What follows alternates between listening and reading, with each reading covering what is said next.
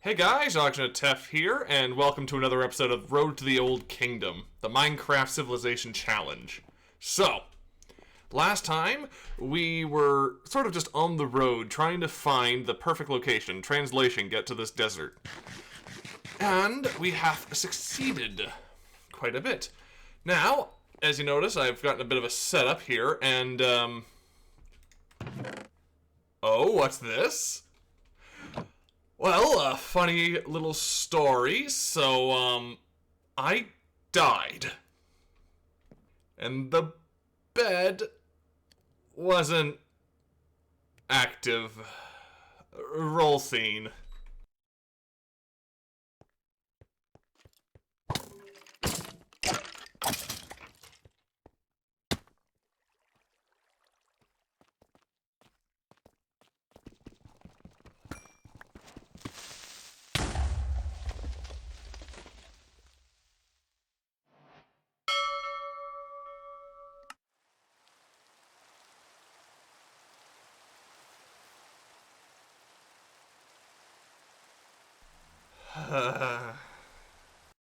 Thankfully, when I died, my stuff was still there, which means all I had to do was travel 20 to 30 minutes back. So I did.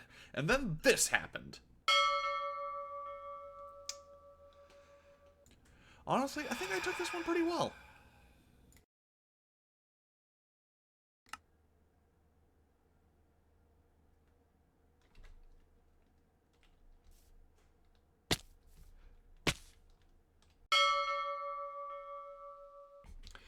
So as you guys can see, this is actually my second attempt at getting this video started.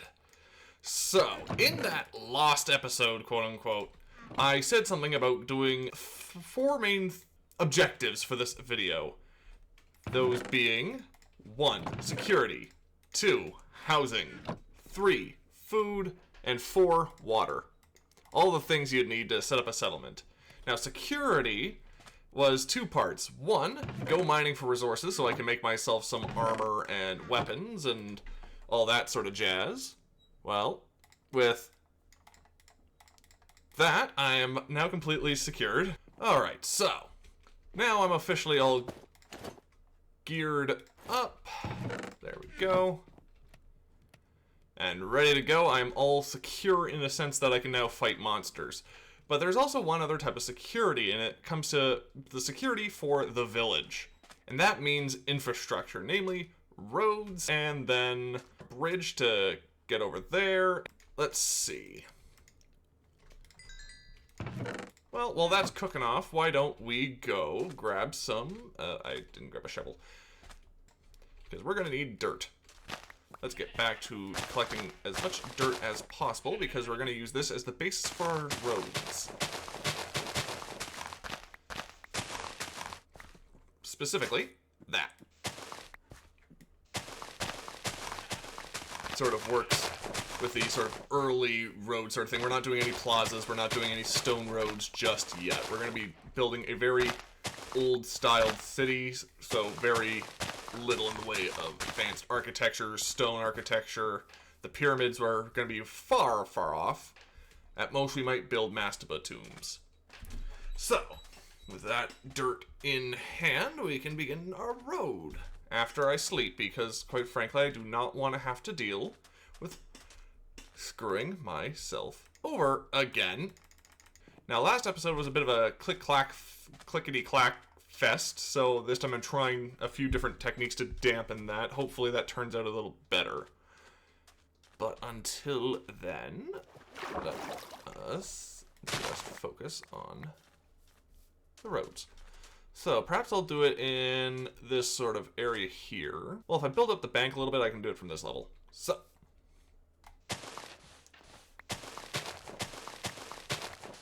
let's grab some sand, because I'm going to need it less for architecture and more for glass.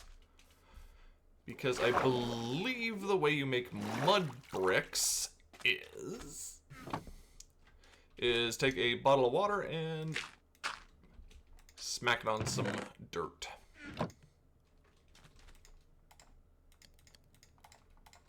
Now let's see if I remembered this correctly. Yes.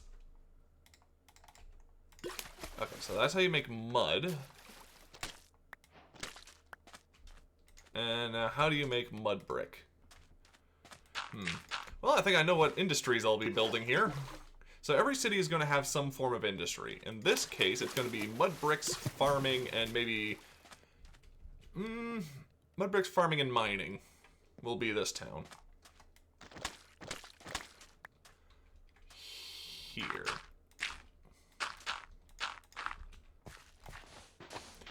Now, we're not going to do a solid road. Instead, we're going to do like a little bit of meandering sort of thing. 3 wide.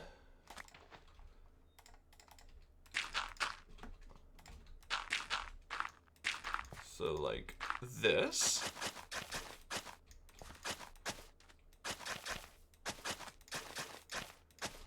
And then in the spaces, boom, boom, there we go. We'll have the bridge start there and then go across there. There we go, packed mud, which we're going to use as construction material in of itself. However, if I want to, say, combine 4 of them into mud bricks, there we go. So then, let's see. This will be the first layer, so 1.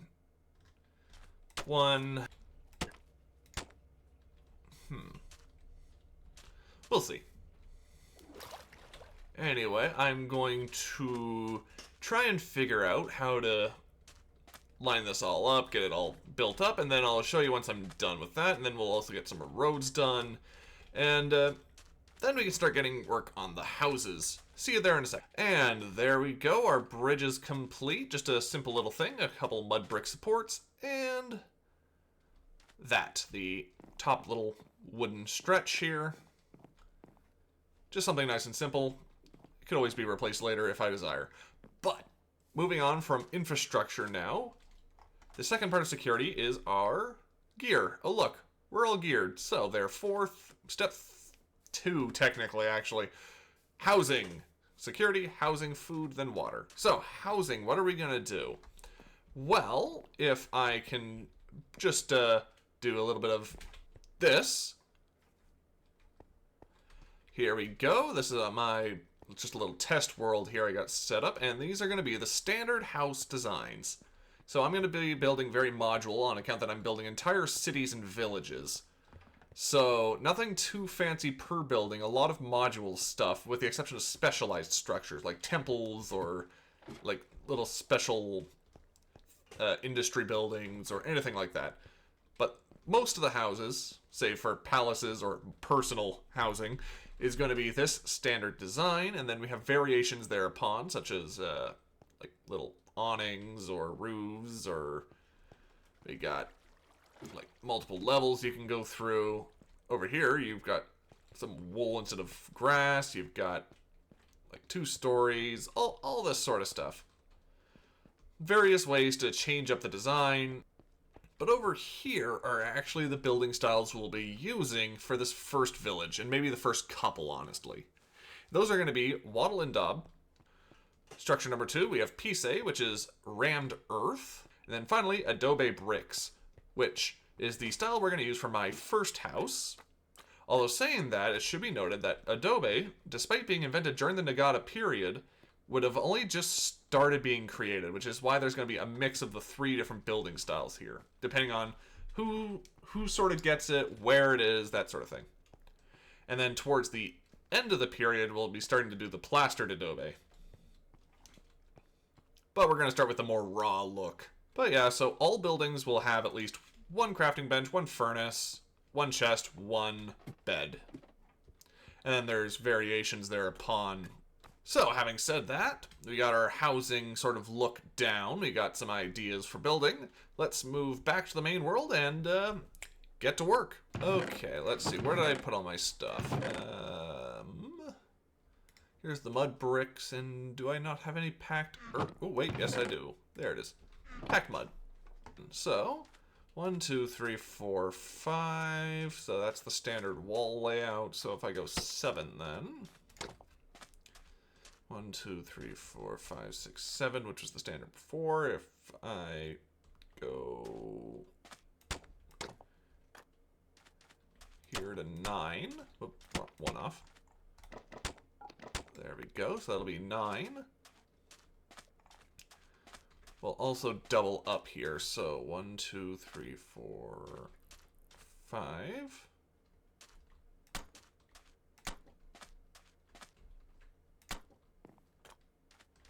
So we'll build sort of a complex of houses here.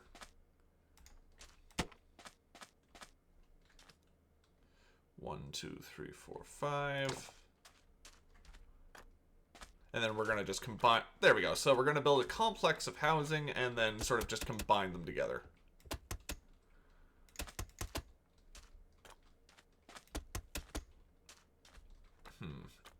Also, I've already made a mistake here. We'll be starting with the bricks on the bottom, followed by a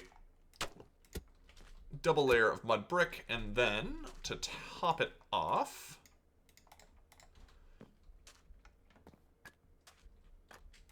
there, another layer of stone half, or the mud brick half slabs. Boop. There we go. So yeah, just finish this little section here. There.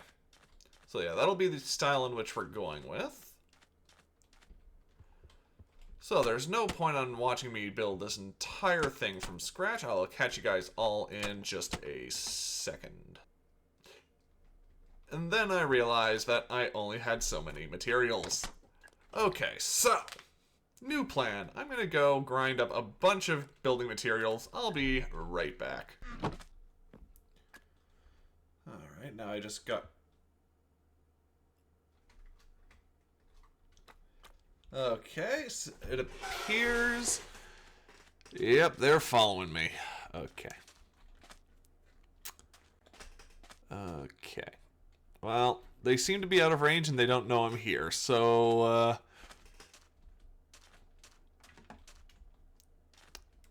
where is...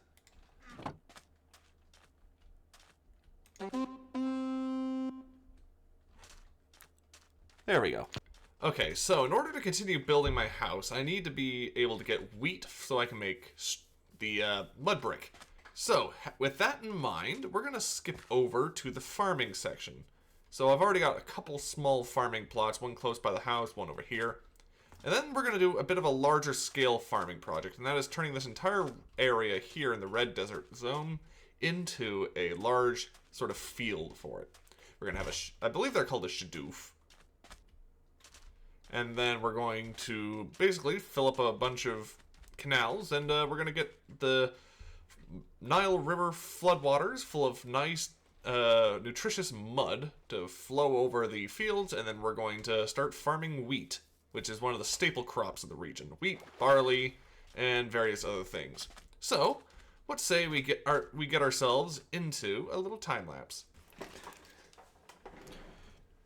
Oh. Nicole, glad you're here. Glad you're here. Anyway, here's a bed. Here's your camera. Here's some food, water, and a safety helmet. Have fun. That's where you're staying for the next little bit while we shoot this next scene. Well, I mean, you are the one that broke the drone. So, this is just about our only option. Anyway, good luck.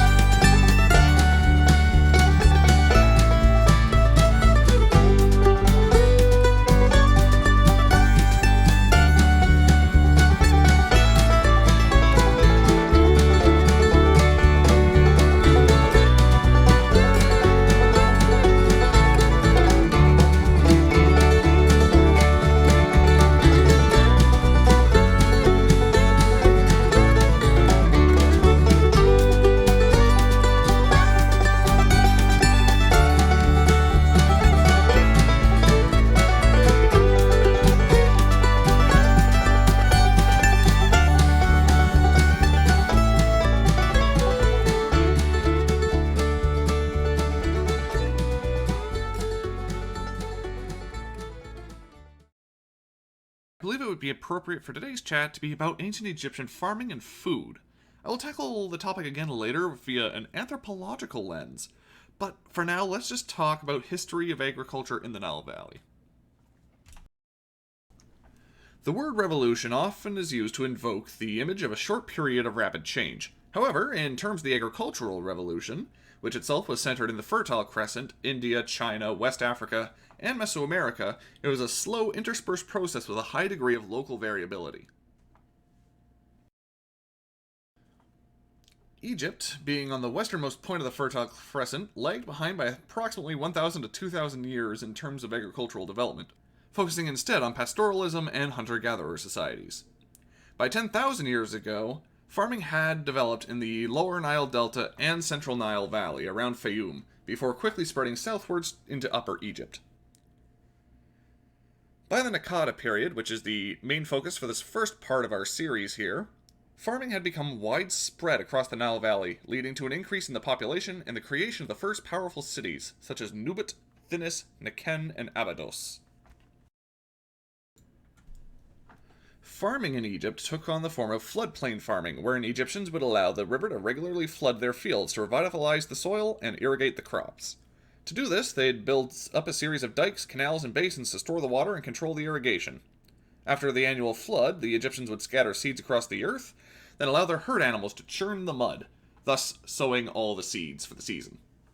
Water stored within the basins could be controlled or topped off using a series of floodgates and later the shadoof, a suspended bucket for collecting water. The two staple crops were emmer and barley, the former being for the baking of a very coarse bread, and the latter for, of course, beer. Emery is one of the hardest wheat types, making it particularly difficult to thresh and grind into flour, making it a dentist's nightmare. Alongside their staple crops, the Egyptians would have grown onions, chickpeas, garlic, legumes, and the sacred head of lettuce to add to their diets. Egyptians with a sweet tooth would also have grown figs, dates, and of course raised bees for honey, giving the dentists even more trouble. In terms of meat, cows, goats, sheep, and fish were available to those who could afford them, and pigs, while available, were considered a dirty meat. Alongside beer, the Egyptians were no stranger to wine, which could be grown or imported alongside goods like olive oil and ow! Hey! Finally caught up to me, did ya?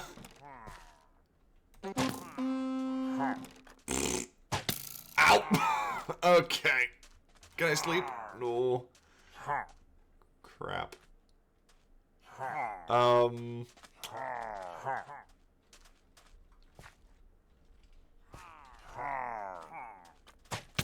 Ow. Okay, do I have a bow somewhere? Yes, I do. Single arrow. Oh, nope, a few more.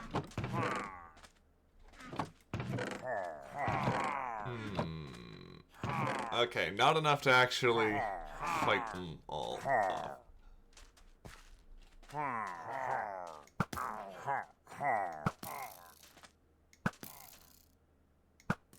Well, that's one.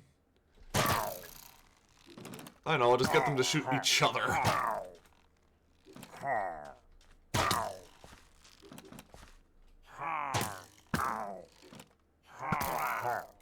Alright.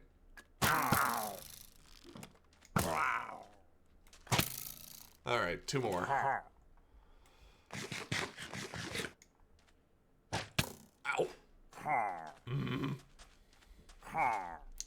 Yeah, apparently they did not appreciate me, A, stealing their stuff, B, taunting them. But you know what? Charge!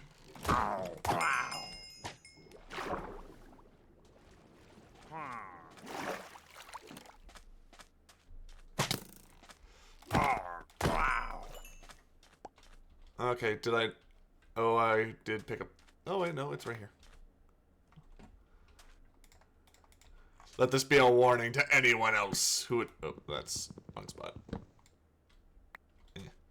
Let this be a warning to anyone else who would dare try and disturb my home. Hopefully now I can sleep. Ah, no.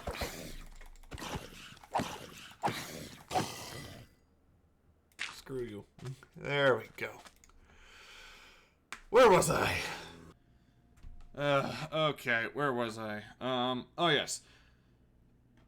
Just as, and oh man, just as I was finishing up too. Okay, now I've completely lost my train of thought. Well, that's enough of the chatter for now then. How about we just switch to some light music and I'll catch you guys all back in a second.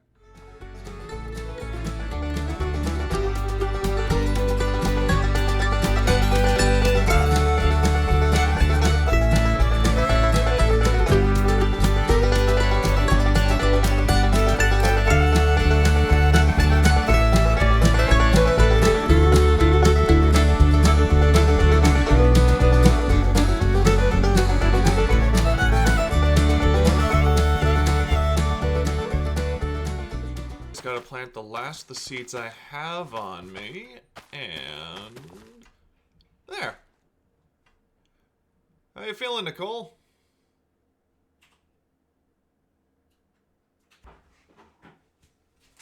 Yeah, I think you're good. Come on. We're done for now. Let's move on to whatever's next. I think it's finishing off the house. As you guys can see, I've sort of built things up a little bit since the last time we were here. Yeah, honestly, it's literally just the floors and roof now that need to be done. So as you can see, I got the mud brick sort of thing, all capped off and nicely sealed. And also this creates a nice little lip that you can stand on afterwards. Then I can add maybe like some internal ladders and then have roof access. Time to do something I am not looking forward to. And that, as you can see, is grinding all of this mud. And last little bit here. 1, 2, 3, 4. Alright. Now... Oh. They really want that horn back. Where is it? Oh, it's already on me.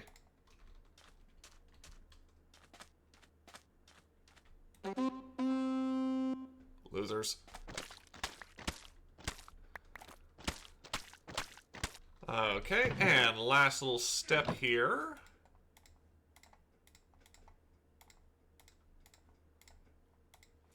There we go, we got some spare mud for next time. And with this, I can finally finish off the house.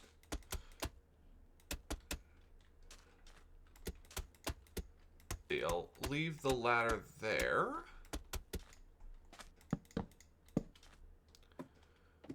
Boop. And then, there. Now, you guys might be thinking, ew, isn't that terrible having 2 high ceilings? You're not a dwarf. I might not be a dwarf. But honestly, I can't be bothered to build anything bigger. There we go. Let's see. Honestly, I probably should have had this wall jut out 1 more for the sake of depth. So, time to do that.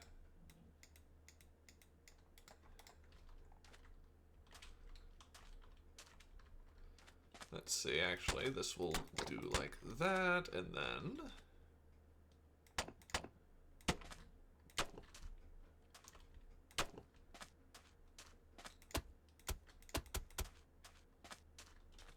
boom. There we go. Add a little bit of depth to the front. And in turn...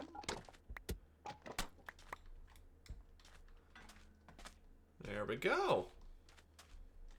The only thing I need now are some fence posts to finish off the windows. And done. There we go. House is all completed. We got sort of one larger sort of area and then 3 separate attached houses. Like, I can just pop a bed in each of these and suddenly, boom, they're considered done. Go. So it doesn't look like much. I mean, I could definitely add some greenery, add some, maybe some wool onto the sides, but for now, this is actually good enough for the housing. Save for doors. And lighting, honestly. And that should prevent anything from spawning. Alright, where's my bed? I'm going to move it. Due to a lack of doors, I am not risking living on the first floor. There we go. Much better. There we go. Don't make the same mistake twice. Alright, so let's see. We got our housing done. We got our food done all the way over there in the farm. And I guess that just leaves a well for water. Once the sun goes down, I shall build a well. And then I think that will be all that I can do for this episode on account that this has taken me 3 days total to record.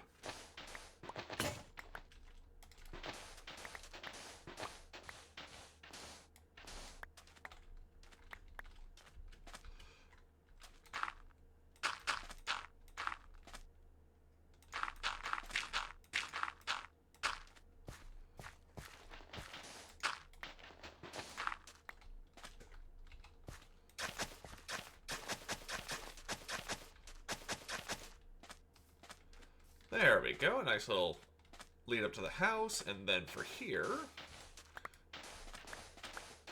let's do something like this. Grab some cobble. Boom, boom. Oh, and of course I forgot a bucket.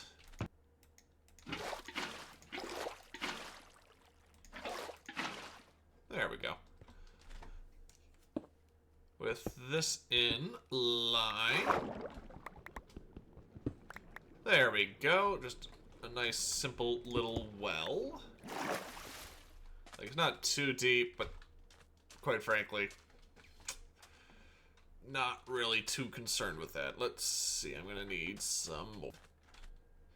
Figure out a direction. One.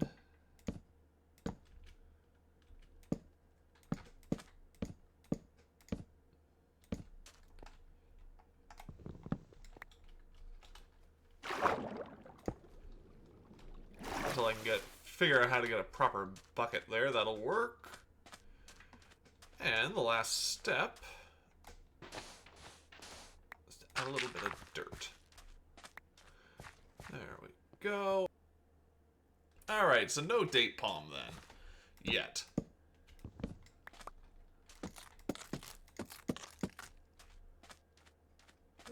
Need a bit taller there.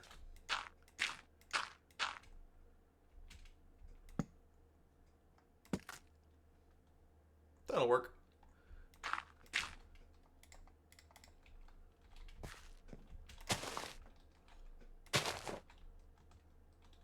Let's see, try and get this in a bit of a cross formation. Looks like it needs some diagonals. Okay, so I'll worry about the diagonals when I'm done these. And we also don't want them to be too uniform on account that uniformity kind of looks unnatural. As if it was placed. You know, because this entire thing has been placed.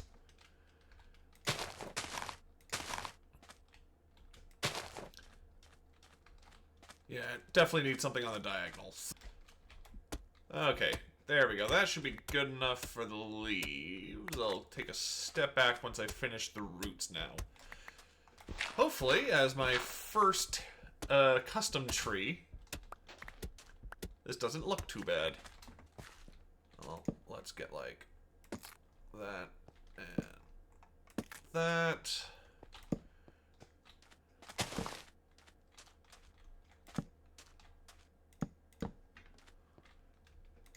Whoop, wrong one.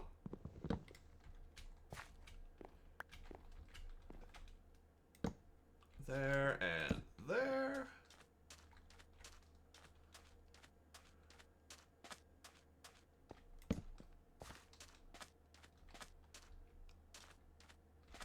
Well, it's not the greatest thing in the world, but it's not bad, I don't think. There we go, and I could always make a date palm at another time. But one thing I do know I have to do is grab some shut-eye so that the night turns back to day. Oh no. Don't you dare. I worked hard on this. I will not have you spoil it. Okay, let's see. So, as we have skeletons burning to death in the background, we've finally got our own little house next to our own little well, next to our own not-so-little farm. There we go. So, in between episodes, I'm gonna fill this thing up, get all the wheat planted, and harvest as much as possible so I can get more mud bricks. And next episode, we'll be building a brickyard, probably, honestly, right here. Because where else would you get it from than on the banks of the river, where you can collect all the nice fresh mud, and right next to the straw that you need in order to help set the mud. So yeah, that'll be next episode, brickworks and maybe a granary to store all the food. Maybe a marketplace, or perhaps some more houses, who knows. All I know is that's all for next time. Thank you guys all for watching. This has been Ognajteff, and we have begun our first step on the road to the Old Kingdom.